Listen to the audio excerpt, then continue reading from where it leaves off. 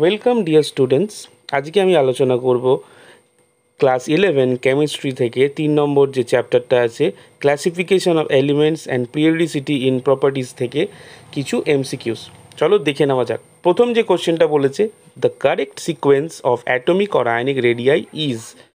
দেখো চারটে অপশান দিয়েছে। এই ক্ষেত্রে তোমাদের মাথায় রাখতে হবে যার মাথায় যত বেশি নেগেটিভ চার্জ তার সাইজ তত কিন্তু বেশি হবে বা বড় হবে। তাহলে সেই বেসিসে এখানে কারেক্ট আনসারটা হবে অপশান ডি। এবার দেখে নেওয়া যাক 2 নম্বর কোয়েশ্চেনটা কি বলেছে। 2 নম্বর কোয়েশ্চেনটা বলেছে the element with electronic configuration argon 3d8 4s2 অকুপাইজ which position in the periodic table. অর্থাৎ আর্গন 3d8 4s2 কনফিগারেশন থাকা মৌলের পর্যায় সারণীতে কোন স্থানে অবস্থান বা অবস্থিত রয়েছে সেটা দেখতে হবে। এখানে চারটে অপশান রয়েছে। আচ্ছা, এই ক্ষেত্রে বলে রাখা ভালো যে আউটার মোস্ট যে সেলটা মানে অর্থাৎ এই ক্ষেত্রে কী হবে, এই ক্ষেত্রে 4, এই 4টা হবে ওর পিরিয়ডটা আমরা ইজিলি পেয়ে গেলাম, কেন এখানে আউটার মোস্টে রয়েছে 4 মানে পিরিয়ড হবে 4। কিন্তু এই ক্ষেত্রে গ্রুপ বার করার জন্য যেহেতু এটা ডি ব্লক এলিমেন্ট, তাহলে এখানে কি করতে হবে আমাদের, ডি আর এস মানে 3ডিতে 8 আছে আর 4এসে 2 আছে, অর্থাৎ 10টা ইলেকট্রন আছে। তাহলে 10টা ইলেকট্রন যেহেতু আছে তাহলে এই ক্ষেত্রে বলা যেতে পারে এটার হবে গ্রুপ 10, অর্থাৎ আমাদের কারেক্ট অপশানটা হবে অপশান এ। আশা করি বোঝা গেছে। এবার দেখে নেওয়া যাক 3 নম্বর কোয়েশ্চেনটা কি বলেছে। 3 নম্বর কোয়েশ্চেনটা বলেছে the correct order of oxidising property is, মানে জারণ বৈশিষ্ট্য বা জারণ ক্ষমতার বেসিসে সঠিক ক্রমটা কি। উপর থেকে যত নিচে আসবে, এখানে দেখো দেওয়া আছে কি fluorine, chlorine, bromine, iodine, fluorine, chlorine, bromine, iodine. তাহলে এখানে সব থেকে উপরে কি আছে, এখানে সব থেকে উপরে আছে হচ্ছে ফ্লোরিন। তাহলে ফ্লোরিনের সাইজ সব থেকে ছোট, তার মানে এর জারণ ক্ষমতা সব থেকে বেশি। তাহলে এই ক্ষেত্রে সঠিক উত্তরটা হবে অপশান ডি। এবার দেখে নেওয়া যাক 4 নম্বর কোশ্চেনটা কি বলছে। The IUPAC name of the element with atomic number 107। আশা করি এই নোমেনক্লেচারটা তোমাদের পড়েছো, তোমাদের মনে আছে। আমি একটু মনে করিয়ে দিই। 1 থাকলে কি বলা হয়, আন মানে ইউ, 1 থাকলে তাকে বলা হয় ইউ, 0 থাকলে বলা হয় নীল, আর এখানে যেহেতু 7 আছে 7 হচ্ছে সেপ, তার মানে ইউএনএস। তাহলে এইখানে কারেক্ট অপশানটা হবে হচ্ছে ইউএনএস। এবার দেখে নেওয়া যাক 5 নম্বর কোয়েশ্চেনটা কি বলেছে। 5 নম্বর কোয়েশ্চেনটা বলেছে elements A, B and C belong to the same period in the long form of periodic table. The nature of the oxides of A, B and C are amphoteric, basic and acidic respectively. The correct order of the atomic numbers of these elements are, অর্থাৎ পর্যায় সারণীতে বা দীর্ঘ পর্যায় সারণীতে ABC 3টে মৌল একই পর্যায়ের অন্তর্গত। এ, বি ও সি এর অক্সাইডের প্রকৃতি যথাক্রমে উভধর্মী, ক্ষারীয় ও আম্লিক। এবার আমাকে সঠিক ক্রমটা বার করতে হবে। তাহলে একটু জিনিসটা মনে করিয়ে দিই, একই পিরিয়ডে থাকলে, একই পিরিয়ডে যদি থাকে তাহলে বাঁ দিকেরগুলো কী হয়, বাঁ দিকেরগুলো হয় বেসিক, ডান দিকেরগুলো হয় কি অ্যাসিডিক। বাঁ দিকেরগুলো হয় বেসিক আর ডান দিকেরগুলো হয় কি, ডান দিকেরগুলো হয় অ্যাসিডিক, আর মাঝখানেরটা কয়েকটা হয় অ্যাম্ফোটেরিক। তাহলে যদি আমি বাঁ দিক থেকে ডান দিকে যাই তাহলে পারমাণবিক ক্রমাঙ্ক কিন্তু বাড়তে থাকছে। বাঁ দিক থেকে ডান দিকে গেলে তাহলে কিন্তু পারমাণবিক ক্রমাঙ্ক বাড়তে থাকছে। তাহলে সেই ক্ষেত্রে বলা যেতে পারে এ যদি উভধর্মী হয় তাহলে এ মাঝখানে কোথাও বিলং করছে, আর বি যদি ক্ষারীয় হয় তাহলে বি বাঁ দিকে কোথাও বিলং করছে, আর সি যদি আম্লিক হয় তাহলে সি ডান দিকে কোথাও বিলং করছে। তাহলে এই ক্ষেত্রে বলা যেতে পারে সি এর পারমাণবিক ক্রমাঙ্ক বেশি, তারপরে এ, তারপরে বি। তাহলে এখানে কারেক্ট অপশানটা হলো অপশান বি। আশা করি এটা বোঝা গেছে আমি যেটা বলতে চেয়েছি।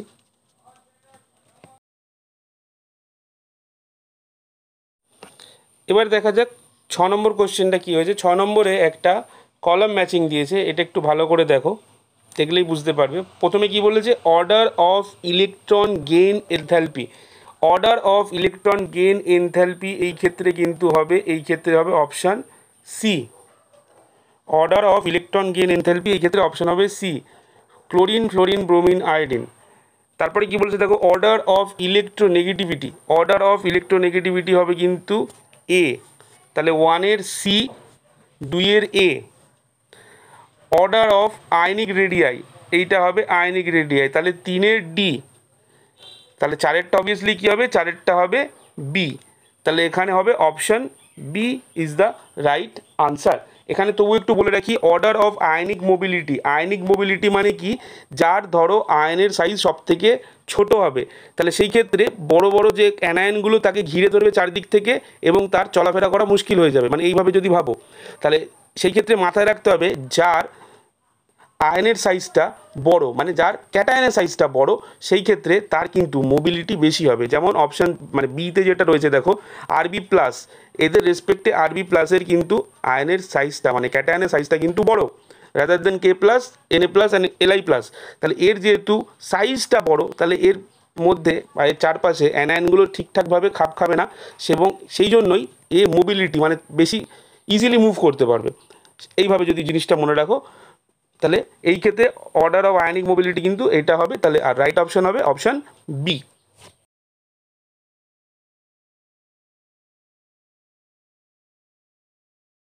এবার আসছি 7 নম্বর কোশ্চেনটায়। 7 নম্বর কোশ্চেনটায় দেখো কী দিয়েছে, SiO2, MgO, Al2O3, Na2 এদের মধ্যে কোন জোটটি যথাক্রমে সর্বাধিক ও সর্বনিম্ন ক্ষারধর্মী। সর্বাধিক ও সর্বনিম্ন ক্ষারধর্মী বোঝার জন্য আগে আমাকে এদের একটা অর্ডারে সাজিয়ে নিতে হবে। দেখো প্রথমে এদের যদি আমি মৌলগুলোর ভিত্তিতে সাজিয়ে নিই, তাহলে এদের অক্সাইডটা ক্ষারধর্মী বলতে আমার সুবিধা হবে। যেমন দেখো এখানে কি আছে, এখানে সোডিয়াম আছে বাঁ দিকে, সবথেকে বাঁ দিকে আছে সোডিয়াম, তারপরে কে আছে, তারপরে আছে ম্যাগনেসিয়াম, তারপরে ম্যাগনেসিয়াম, তারপরে কে আছে, তারপরে আছে অ্যালুমিনিয়াম, তারপরে আছে সিলিকন। এটা অ্যাকর্ডিং টু পিরিয়ডিক টেবিল, মানে এ বাঁ দিকে আছে এনএ এবং ডান দিকে আছে এসআই। তাহলে একটা পিরিয়ডে বাঁ দিকে যারা থাকবে তারা হয় ক্ষারীয়, ডান দিকে যারা থাকবে তারা হয় আম্লিক, আর মাঝখানে কিছু হয় অ্যামফোটেরিক বা উভধর্মী। যাই হোক, সেই ক্ষেত্রে আমি যদি বলতে চাই, তাহলে বাঁ দিকে সবচেয়ে বাঁ দিকে যে আছে, এই ক্রমের মধ্যে সবচেয়ে বাঁ দিকে যে আছে, সে যে অক্সাইডটা ফর্ম করবে, অর্থাৎ সোডিয়াম যে অক্সাইডটা ফর্ম করবে, সেটা হবে সবচেয়ে বেশি ক্ষারধর্মী। ঠিক আছে, এবং সেই অর্থে যদি দেখা যায় ডান দিকে যে আছে সে তো ক্ষারধর্মী না, সে আম্লিক ধর্মী, তাহলে অর্থাৎ যদি ঘুরিয়ে বলা হয় সে সর্বনিম্ন ক্ষারধর্মী। তাহলে এই ক্ষেত্রে কারেক্ট অপশানটা হবে অপশান এ। দেখো 8 নম্বর কোশ্চেনটাই আগের একটার মতো স্তম্ভ দিয়েছে, 4টে অপশান আছে, দেখতে হবে। নিকটিনোজেন, মাথায় রাখতে হবে নিকটিনোজেন কাদের বলে, নিকটিনোজেন হচ্ছে গ্রুপ 15 এলিমেন্টকে বলা হয় নিকটিনোজেন। তাহলে এখানে গ্রুপ 15 এলিমেন্ট কোনটা পাওয়া যাচ্ছে, গ্রুপ 15 এলিমেন্ট পাওয়া যাচ্ছে পি, তাহলে একের হবে বি। এবার দেখো চ্যালকোজেন, চ্যালকোজেন কাদের বলা হচ্ছে, চ্যালকোজেন বলা হচ্ছে গ্রুপ 16 এলিমেন্টদের, চ্যালকোজেন বলা হচ্ছে গ্রুপ 16 এলিমেন্টদের। এবং কয়েন মেটালস যাদের, কয়েন মেটালস বলা হচ্ছে কাদের, কয়েন মেটালস বলা হচ্ছে কিন্তু এখানে গ্রুপ 11 যাদের। এখানে কয়েন মেটালস বা মুদ্রা ধাতু কারা, মুদ্রা ধাতু হচ্ছে গ্রুপ 11 মানে 4-এর এ। আর এখানে কাদের বলা হচ্ছে, হ্যালোজেন তো গ্রুপ 17 জানাই আছে। তাহলে এখানে চ্যালকোজেন কাদের বলা হচ্ছে, চ্যালকোজেন বলা হচ্ছে গ্রুপ 16 এলিমেন্টকে। আর তাহলে হ্যালোজেনকে পড়ে রইল, হ্যালোজেন পড়ে রইল ডি। তাহলে এই ক্ষেত্রে কারেক্ট অপশন কোনটা হচ্ছে, দেখো এই ক্ষেত্রে কারেক্ট অপশন হচ্ছে 1-এর বি, 2-এর সি, 3-এর ডি এবং 4-এর এ, মানে কারেক্ট অপশন হচ্ছে অপশন বি। এবার দেখো 9 নম্বর কোয়েশ্চেনটা কি বলেছে, atomic numbers of A, B, C and D আর Z-1, Z, Z+1, Z+2 respectively. এখানে বি বলে দিয়েছে নোবেল গ্যাস, এখানে বি বলেছে কি, বি বলেছে নোবেল গ্যাস। তাহলে বি এর আগে যে হবে অর্থাৎ Z-1 মানে এই ক্ষেত্রে হবে এ, তাহলে এ হবে কি Z-1, তাহলে Z-1 এ নিশ্চয়ই হ্যালোজেন হবে এ। সি কি হবে, সি বলেছে Z+1, তার মানে এ কি হবে, এ হবে ক্ষার ধাতু, এ হবে ক্ষার ধাতু। তাহলে আর ডি, ডি কি হবে, ডি বলেছে Z+2, ডি বলেছে কি Z+2, Z+2 মানে ক্ষারীয় মৃত্তিকা ধাতু, মানে এটা গ্রুপ 1 এলিমেন্টস, এটা গ্রুপ টু এলিমেন্টস। এবার কি বলেছে দেখা যাক, বলেছে EA electron affinity of A is high. যেহেতু এ Z-1 অর্থাৎ হ্যালোজেন থেকে বিলং করছে, তাহলে এ কিন্তু ইলেকট্রন অ্যাফিনিটি অনেকটাই বেশি হবে, তার মানে ট্রু, মানে 1 নম্বর স্টেটমেন্টটা ট্রু। স্টেবল 2 নম্বর বলেছে stable oxidation state of C is +2। এখানে দেখো সি মানে কি বললাম আমি, গ্রুপ 1 এলিমেন্ট, তাহলে গ্রুপ 1 এলিমেন্টের কখনো +2 অক্সিজেন স্টেট হতে পারে? তাহলে অপশান 2 মানে 2 নম্বর স্টেটমেন্ট যেটা সেটা কিন্তু ভুল। এই 2 নম্বর স্টেটমেন্ট যেটা সেটা কিন্তু টোটালি ভুল বলা হয়েছে। তাহলে পড়ে থাকলো কি 3 নম্বর অপশানটা, D is an alkaline earth metal. এটা অবশ্যই কারেক্ট, কেন এটা গ্রুপ 2 এলিমেন্ট, এটা ক্ষারীয় মৃত্তিকা ধাতু, মানে Z+2 এর। ঠিক আছে, তাহলে এখানে কারেক্ট অপশান কোন কোনটা হলো 1 আর 3। তাহলে দেখো এখানে অপশান রয়েছে সি এ রয়েছে 1 আর 3, তার মানে option C is the right answer. এবার আমরা চলে এসেছি একদম ভিডিও লাস্ট কোয়েশ্চেনে। 10 নম্বর কোয়েশ্চেনটা কি বলেছে দেখো, নিচের কোনটির আয়নন বিভব সর্বোচ্চ?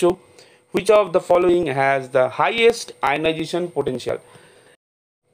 এই 4টে অপশানের মধ্যে প্রথমেই কিন্তু এই দুটো অপশান বাদ হয়ে যাচ্ছে, কেন এটা নিয়ে আমাদের কোনো কাজ নেই। তাহলে পড়ে থাকছে কি, নিয়ন আর লিথিয়াম। আমরা কি জানি রেসপেক্টিভলি যারা নোবেল গ্যাস হয় তাদের ক্ষেত্রে আয়নাইজেশন পোটেনশিয়াল যথেষ্ট বেশি হয়, কিন্তু এই ক্ষেত্রে দেখো, এই ক্ষেত্রে নিয়ন নোবেল গ্যাস হলেও এর নাম্বারটা কত, এর নাম্বার হচ্ছে 10। আর লিথিয়াম প্লাস মানে এর কিন্তু হয়ে যাচ্ছে, এর কটা ইলেকট্রন থাকছে, এর 2টো ইলেকট্রন থাকছে। এর 10টা থাকছে, এর কটা থাকছে, 2টো ইলেকট্রন থাকছে, মানে এ কিন্তু নিয়ারেস্ট হিলিয়ামের মতো কনফিগারেশন গেইন করছে। আর আমরা কি জানি হিলিয়ামের আয়নন বিভব সর্বোচ্চ। তাহলে এই ক্ষেত্রে যেহেতু ওই হিলিয়ামের মতো কনফিগারেশন গেইন করছে, তাহলে এই ক্ষেত্রে কারেক্ট অপশানটা হবে অপশান ডি। আশা করি ভিডিওটা বোঝা গেছে। আর এভাবে প্রথম আমি রিপ্রেজেন্ট করলাম আমার এমসিকিউসগুলো। তো যদি ভালো লেগে থাকে কমেন্টসের মাধ্যমে জানিও, আর কোনো টপিক যদি বুঝতে অসুবিধা হয় আমাকে কমেন্টসের মাধ্যমে জানিও, আমি চেষ্টা করব সেই টপিক নিয়ে আরেকটা সেপারেট ভিডিও বানিয়ে দেওয়ার।